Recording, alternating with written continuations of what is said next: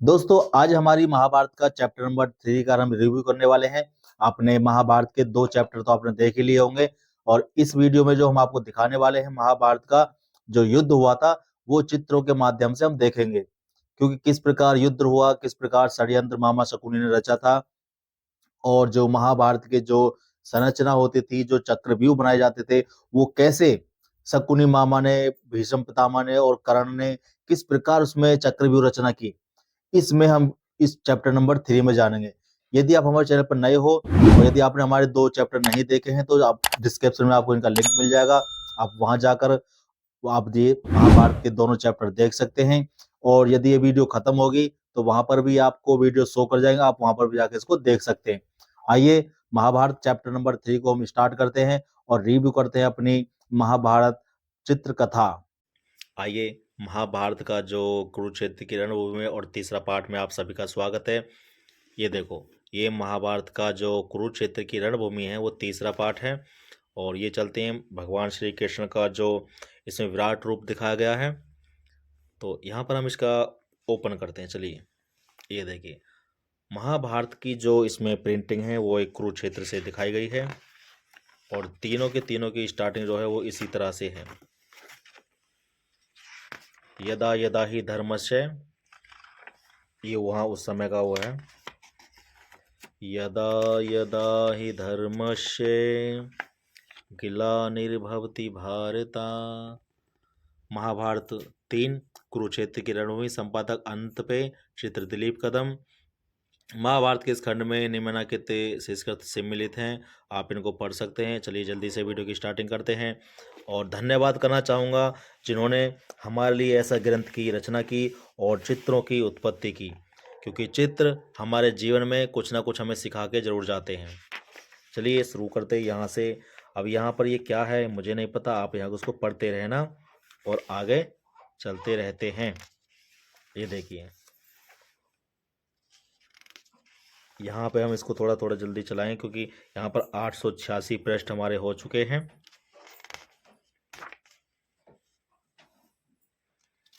Screenshot ले लेना या वीडियो को रोक के आप इसको पढ़ सकते हैं, धीरे धीरे पढ़ते रहना।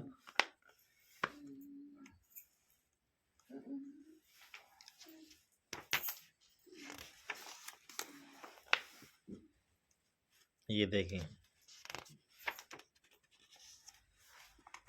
893, 894, अमर चित्रकथा, शांति दूत श्री कृष्ण।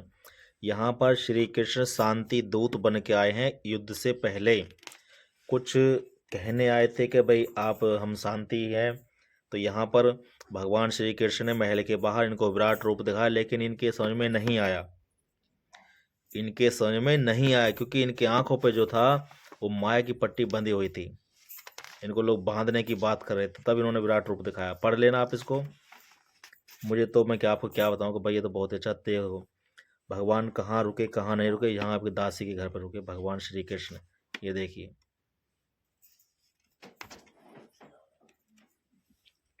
आप जानोगे, समझोगे, पहचानोगे, आप अपने आने वाली संतान को बताओगे, आपका जीवन अच्छे से बीतेगा। क्यों नहीं बीतेगा भाई, जब जैसे तुम रहोगे वैसे तो आपका आने वाला भाई फ्यूचर होगा। ये देखिए और यहाँ के बाद जो है अब महाभारत की जो स्टार्टिंग है और महाभारत की जो युद्ध है वो कुछ ही समय में शुरू हो जाएगा। ये जो है ये कर्ण है, ये कर्ण बोला, ये कर्ण है के फोटो है क्योंकि कर्ण के पास कुंडल कवच थे। कर्ण की जो है वो कृष्ण से मुलाकात हुई। ये देखो इस समय जो कवच कुंडल हैं अर्जुन कर्ण, तब कर्ण, ये कर्ण है, ये कवच के पास कर्ण कुंडल थे, कवच कुंडल जो कि उनके पिता ने दिए थे सूर्यदेव ने। ये देखिए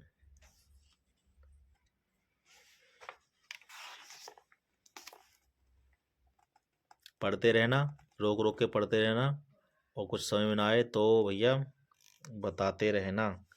अक्षौड़ी अपने आप में सर्वाग पूर्ण सेना होती है जिसमें दो 21,870 21,870 हाथी और 21,870 अच्छा, यहाँ पर अक्षौहिणी बता दूं आपको, आप इसको ना पढ़ पाओ तो मैं आपको ये बता रहा हूँ कि जो जगह ना एक अक्षौहिणी किसे कहते हैं? 21,870 हाथी, 21,870 रथ और 65,610 घुड़सवार और 1,09,350 प्यादे, मतलब जो पैदल चलने वाले सिपाही होते हैं, उसे एक अक्षौहिणी सेना कहते हैं। ये आपको बहुत ही समझना बहुत जरूरी है कि किन के पास कितनी अक्षौहिणी सेना है, किसके पास कितनी है। तो पांडवों के पास तो अक्षौहिणी सेना कम थी, दुर्योधन के पास ज्यादा थी। शिखंडी भी थे कि शिखंडी ने भीष्म को मारने की प्रतिज्ञा की थी पिछले जन्म में। यहाँ पर आप ना देख सकते हैं, समझ सकते हैं। इसको लिख लेना जो मैंने आपको बताया है, 21,870 याद कर लेना। ये देखिए,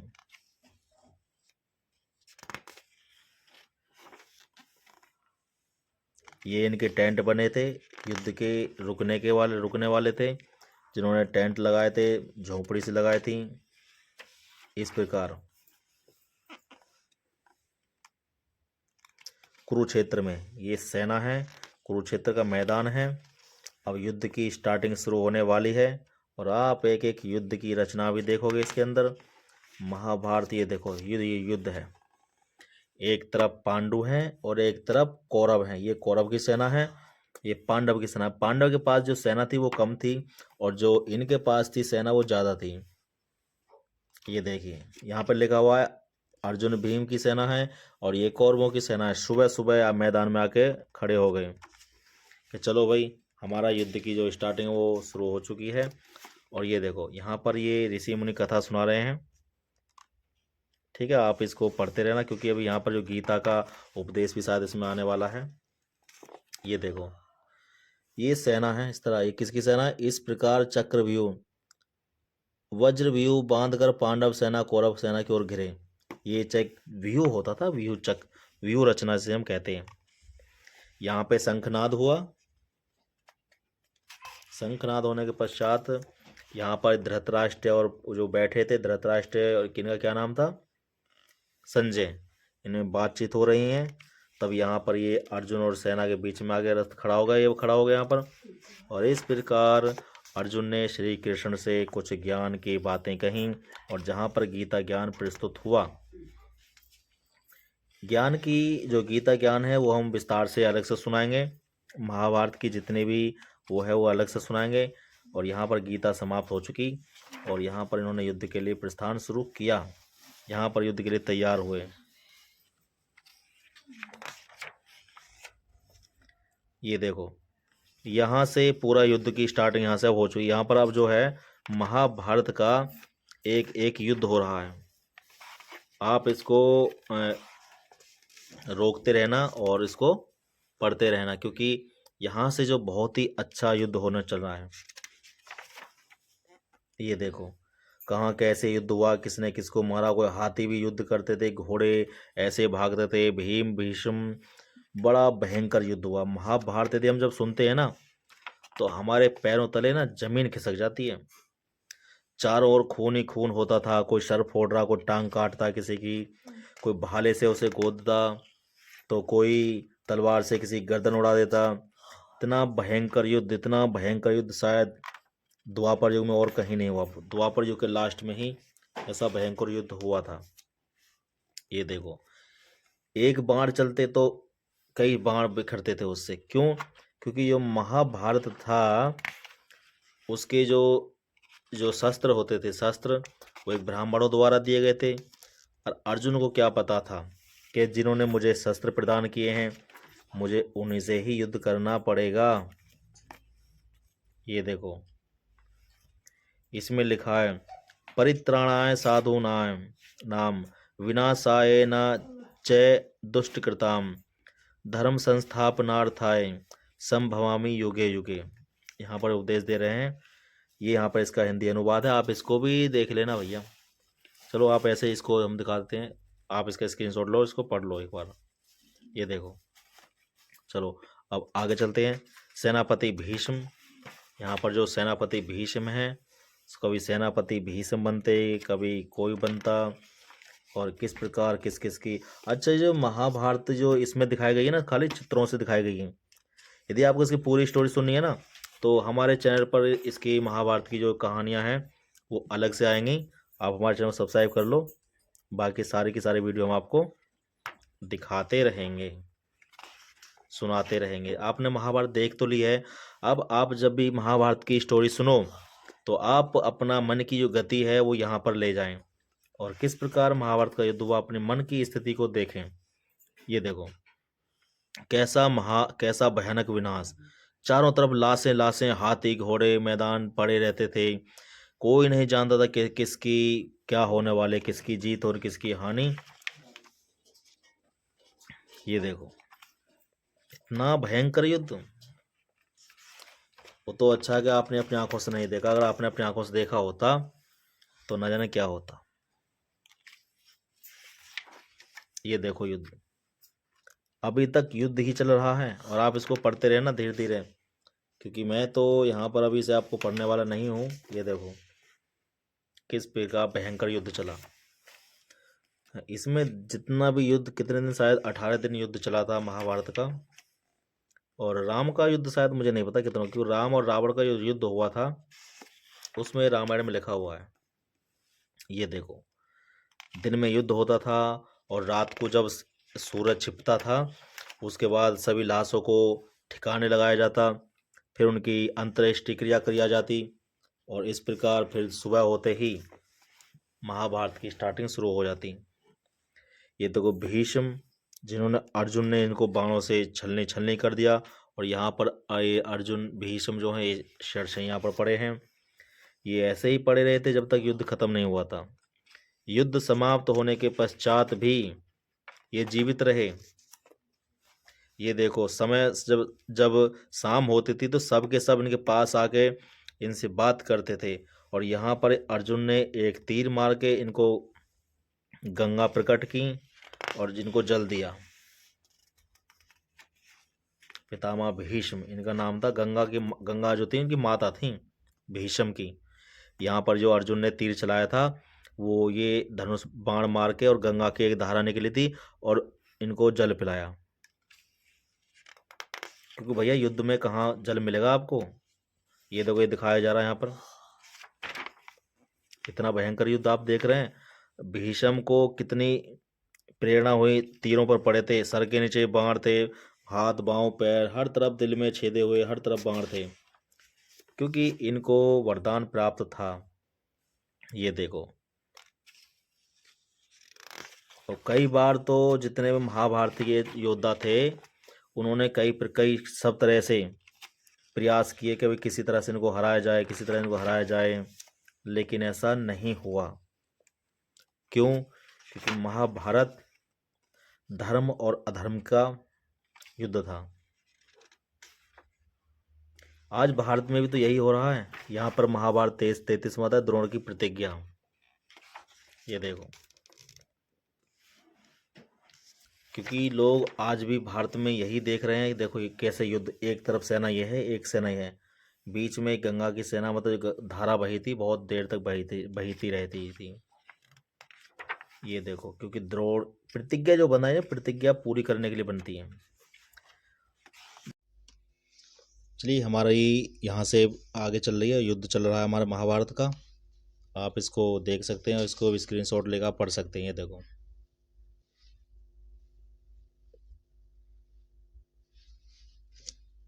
चलिए मैं आपको जल्दी जल्दी आपको कर देता हूँ कि महाभारत का युद्ध चल रहा है और युद्ध में क्या क्या होने वाला है। अच्छा, इसमें युद्ध में एक योद्धा था जिसका नाम था अभिमन्यु। अभिमन्यु का जो युद्ध हुआ था ना, बड़ा भयंकर युद्ध हुआ, क्योंकि महाभारत का युद्ध था, बहुत ही खतरनाक युद्ध हो रहा था। ये देखो, अभी इसमें दिखाया जाएगा अभिमन्यु का युद्ध कहाँ पर है। शायद ये अभिमन्यु दिखे है शायद, मुझे लगता है। पढ़ते रहना आप, पता चल जाएगा आपको अभिमन्यु कहाँ था, कौन था, कहाँ हो अर्जुन, तुम जीवित हो या ना हो। ये देखो आप यहाँ से चल रहा है।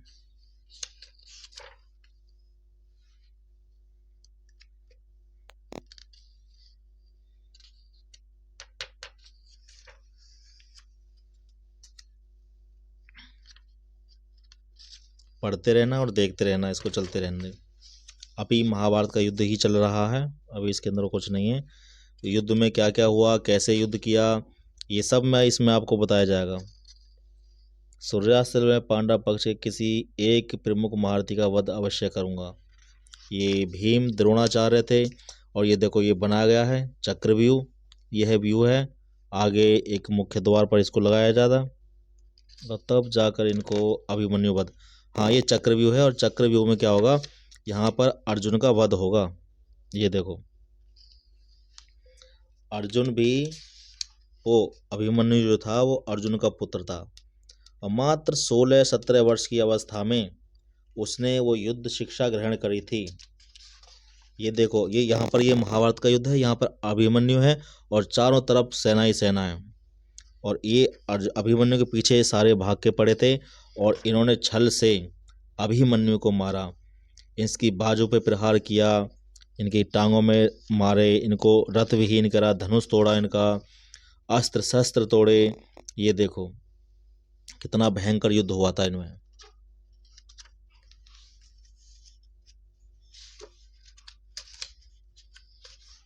ये देखो यहाँ पर अभिमन्यु ने जितना युद्ध सहा, इतना शायद किसी योद्धा में नहीं सहा, क्योंकि अभिमन्यु इतना बलशाली योद्धा था, बहुत ज़्यादा। ये देखो अकेला अभिमन्यु उसमें है मैदान में, और सारे कौरव उस पर प्रहार कर रहे हैं, तो सोचो कितना बलशाली अभिमन्यु था। आपने इसकी कहानी किताबों में पढ़ी होंगी कि रथ का पहिया इन्होंने उठा के, रथ का पहिया कितना भारी होता है, उसको उठा के इसको शस्त्र बनाया, और इसको राक्षस थे इन्होंने इसको भी तोड़ दिया, और इसके पश्चात इन पे प्रहार किए, गदा युद्ध करा, बहुत सारे इन पे युद्ध बरसाए, बहुत प्रहार किए, गदा से प्रहार किए इनके, और बाण लगने के बाद भी ये लड़ते रहे अभिमन्यु।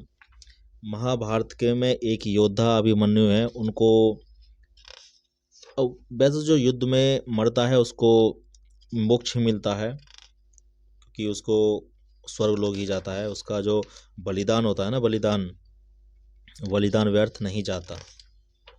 ये देखिए यहाँ पर इनको अर्जुन को पता चला, तो यहाँ पर उन्होंने प्रतिज्ञा ली, क्योंकि ये जो मरता आपको सब इसमें समझ पर आ जाएगा,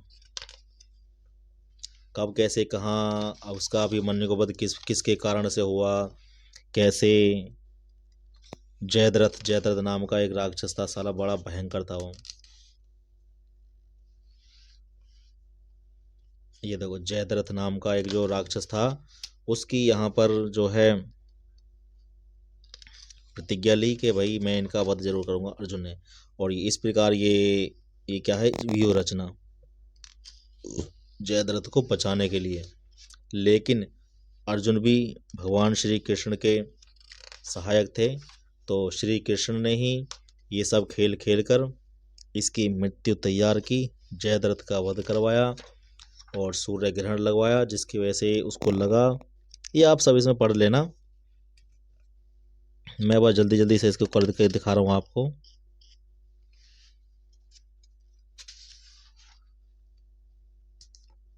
ये देखो आप इसको वीडियो को रोक रोक के पढ़ते रहना।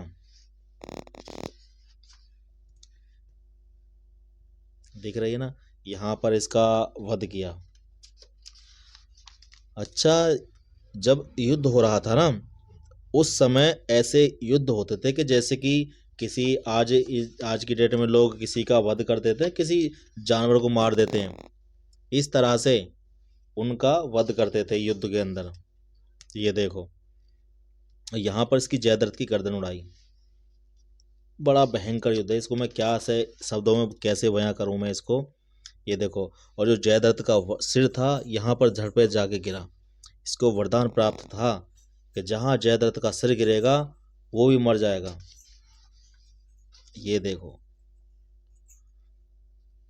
महारथी का मध्य रात्रि का युद्ध, ये रात्रि के समय में युद्ध किया था उन्होंने, चांदनी रात थी उस समय इन्होंने युद्ध किया कि चलो भी रात में उनको मार के आते हैं।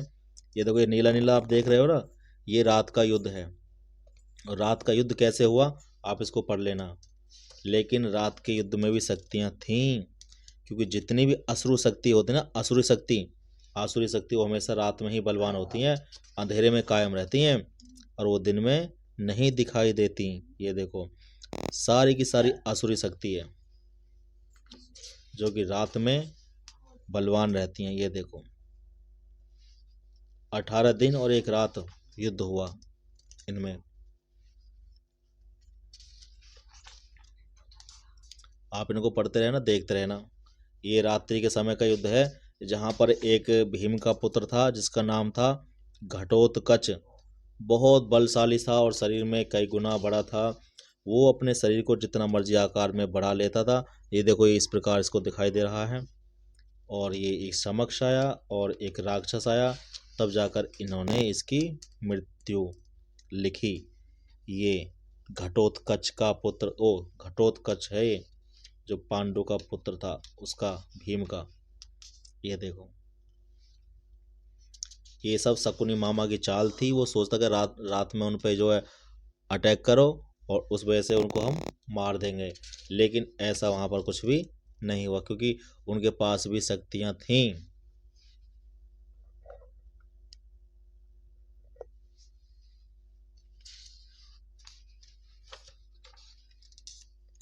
ग्यारह 1106 पृष्ठ हो चुके हैं। महाभारत की थोड़ी बहुत और बची है बस। सेनापतिकरण, यहाँ पर जब ये सब सेनापति हार गए थे तब दुर्योधन ने कर्ण को सेनापति बना दिया। यहाँ देखो तो भाई कल से युद्ध में सेनापति कर्ण के आदेश पर सारी सेना आगे कार्य करेगी। लेकिन ये लोग ये नहीं जानते कि जहाँ धर्म है वहीं विजय है, और जहाँ विजय है वहीं ईश्वर है। क्योंकि हमेशा ईश्वर वहीं रहते हैं जहाँ धर्म होता है। ये देखिए किस प्रकार ये शस्त्र चलते थे युद्ध में।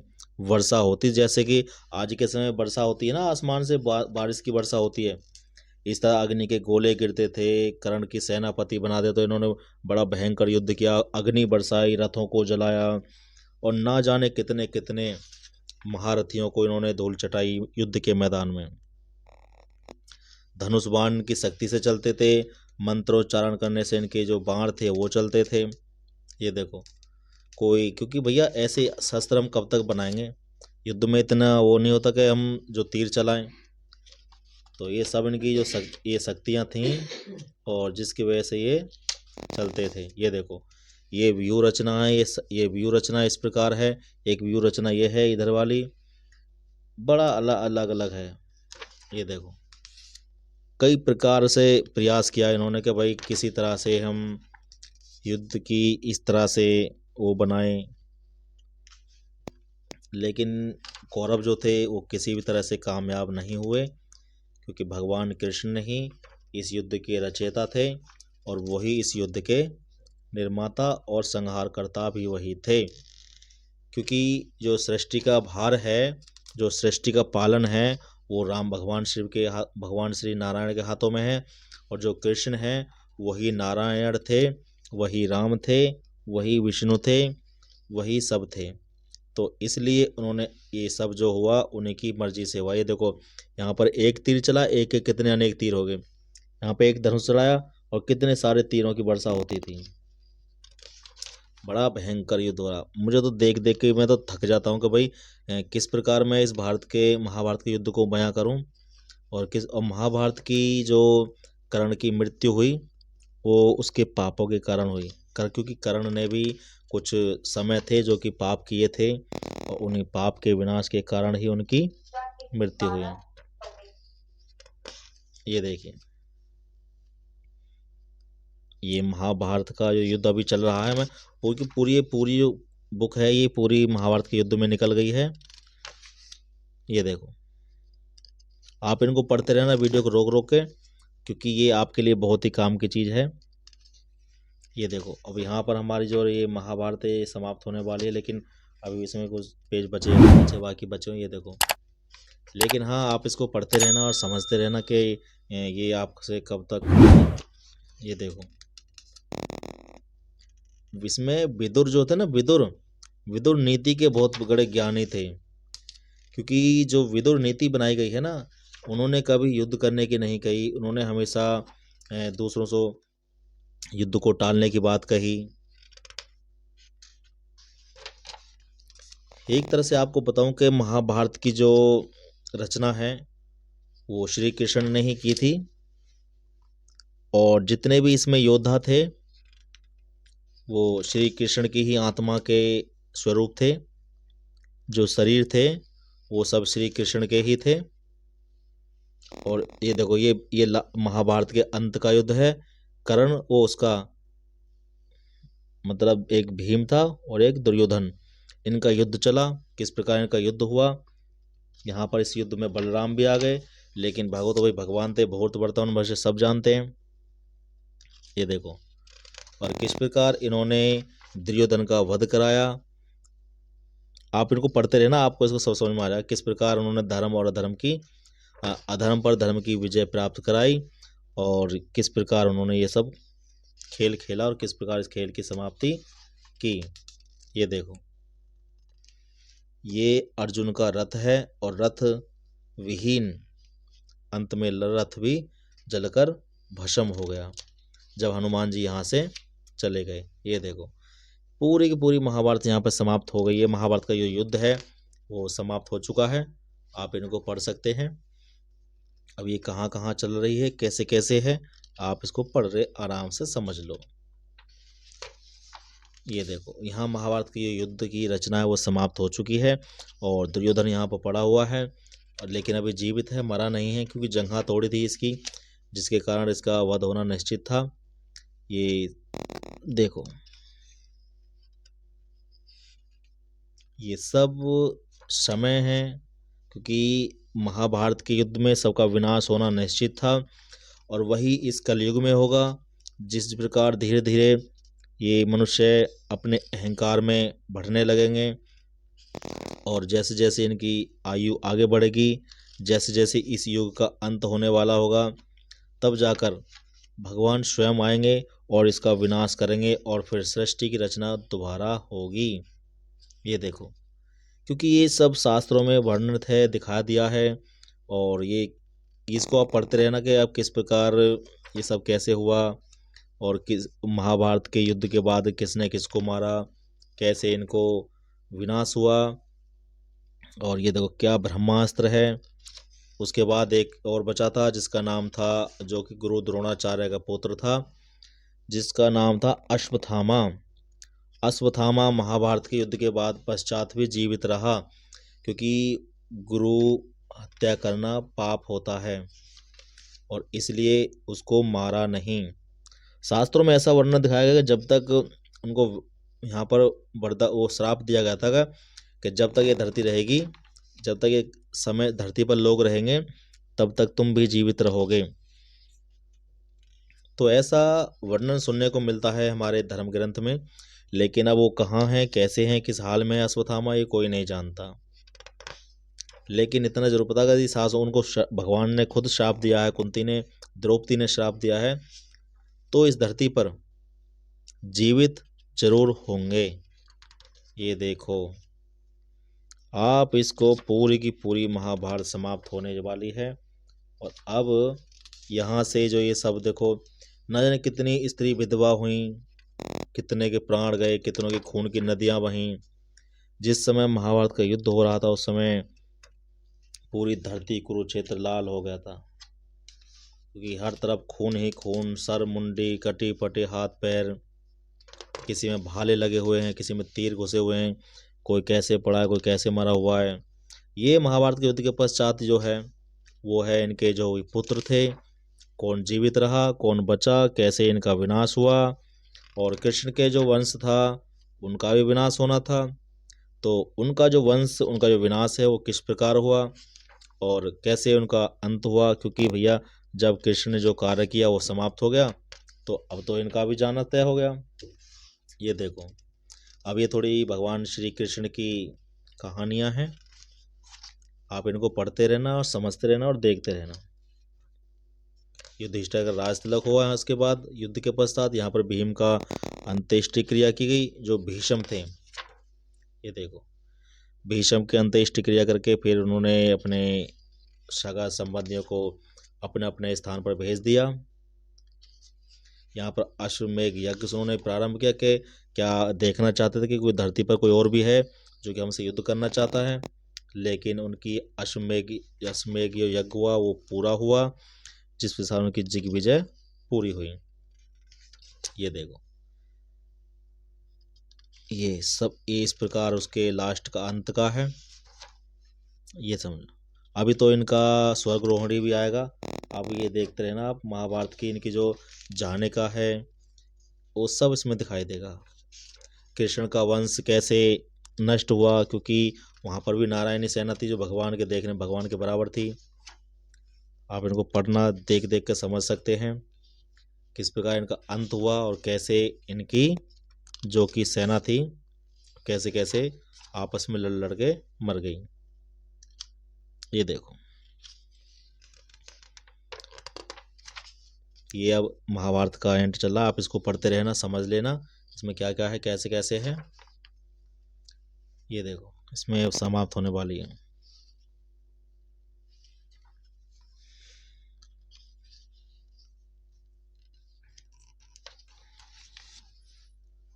क्योंकि अभी तो यहाँ पर जो बचे थे वो भी जीवित बचे थे। पांडवों के जो कि पांडवों के वंश के कुछ सदस्य थे जो बचे हुए थे, क्योंकि जो द्रौपदी है और उनके पिता थे जो क्या कहते हैं उनको, धृतराष्ट्र थे, और धृतराष्ट्र की पत्नी थी जिन्होंने अपनी आंखों पे पट्टी बांधी हुई थी। ये देखो, और फिर उनका भी यहाँ से जाना हुआ, किस प्रकार उस धरती को छोड़ के गए, किस प्रकार उन्होंने अपने शरीर को त्याग किया और अपने कैसे अपने आप को ईश्वर में लीन किया, ये सब इसमें दिखाया गया है। और कैसे महाराज ने कैसे ये सब इसमें दिखा दिया है। ये देखो, ये यहाँ पर एक कृष्ण के वंश का आपस में लड़ लड़ के यहाँ पे सब मर गए, कोई जीवित नहीं बचा।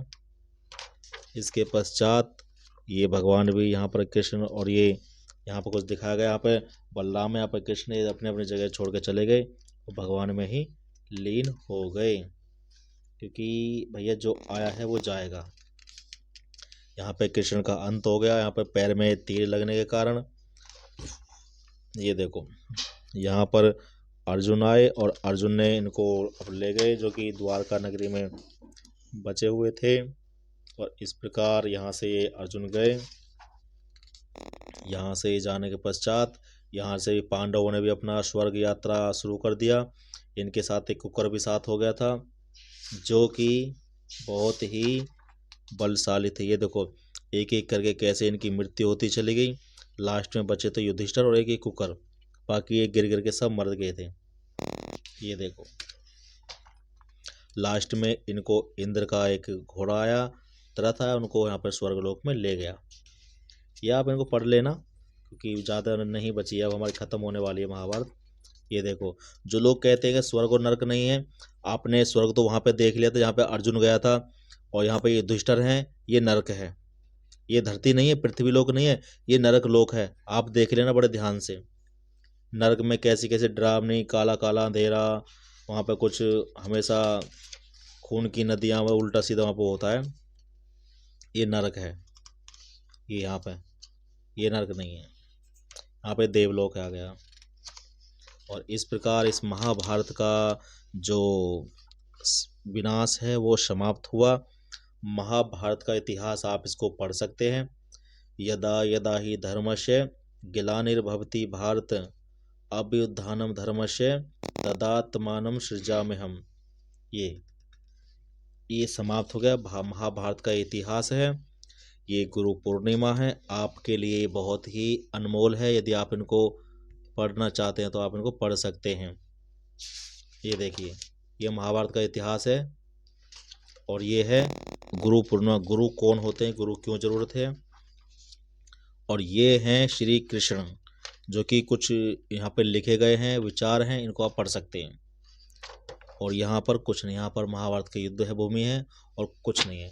चलिए, महाभारत की जो हमारी जो तीसरा पार्ट है वो भी कुरुक्षेत्र की रणभूमि, ये भी समाप्त हुआ है। अमर चित्र कथा प्राइवेट लिमिटेड इनको मैं दिल से धन्यवाद करना चाहूँगा। ये देखिए महाभारत की कुरुक्षेत्र रणभूमि खत्म हुई है और ये है महाभारत का तीसरा अध्याय। साथियों, आप मुझे ये बताओ कि आपको ये हमारी महाभारत कैसी लगी? आप उम्मीद करता हूँ आपने हमारे जो महाभारत के तीनों चैप्टर हैं वो देख लिए होंगे। तो आप मुझे कमेंट करके ये बताइए कि आपको ये महाभारत चित्रकथा आपको कैसी लगी? मुझे तो बहुत अच्छी लगी और ये महाभारत मेरे एक दोस्त के पास थी और मैं उनका बहुत-बहुत धन्यवाद करना चाहूँगा, जिन्होंने मुझे ये किताब दी और मैं इसका आपको तक पहुँचा पाया। और उन सभी का भी मैं बहुत-बहुत धन्यवाद करना चाहूँगा कि आज हमारे यूट्यूब चैनल पर 250 से 300 लोग जुड़ चुके हैं। तो उन सभी के लिए, सभी सनातनी भाइयों को मैं तहे दिल से स्वागत करता हूँ और आप सभी से विनती करता हूँ कि ऐसे ही अपने सनातन प्यार को, परिवार को मतलब बनाए रखें, प्यार देते रहें और हम आपके लिए ऐसे ही महाभारत के और रामायण के जितने हमारे धर्मशास्त्र हैं, वो हम आपको सुनाते रहेंगे। ठीक है? चलिए वीडियो को यहीं पर विश्राम लेते हैं और यदि अब हमारे चैनल पर नए हो तो चैनल को सब्सक्राइब कर लो, क्योंकि यहाँ पर हम अब महाभारत के जितने भी एपिसोड थे, वो हम आपको सब अलग-अलग से सुनाएँगे। ठीक है दोस्तों? चलिए वीडियो की समाप्त करते हैं। हर हर महादेव।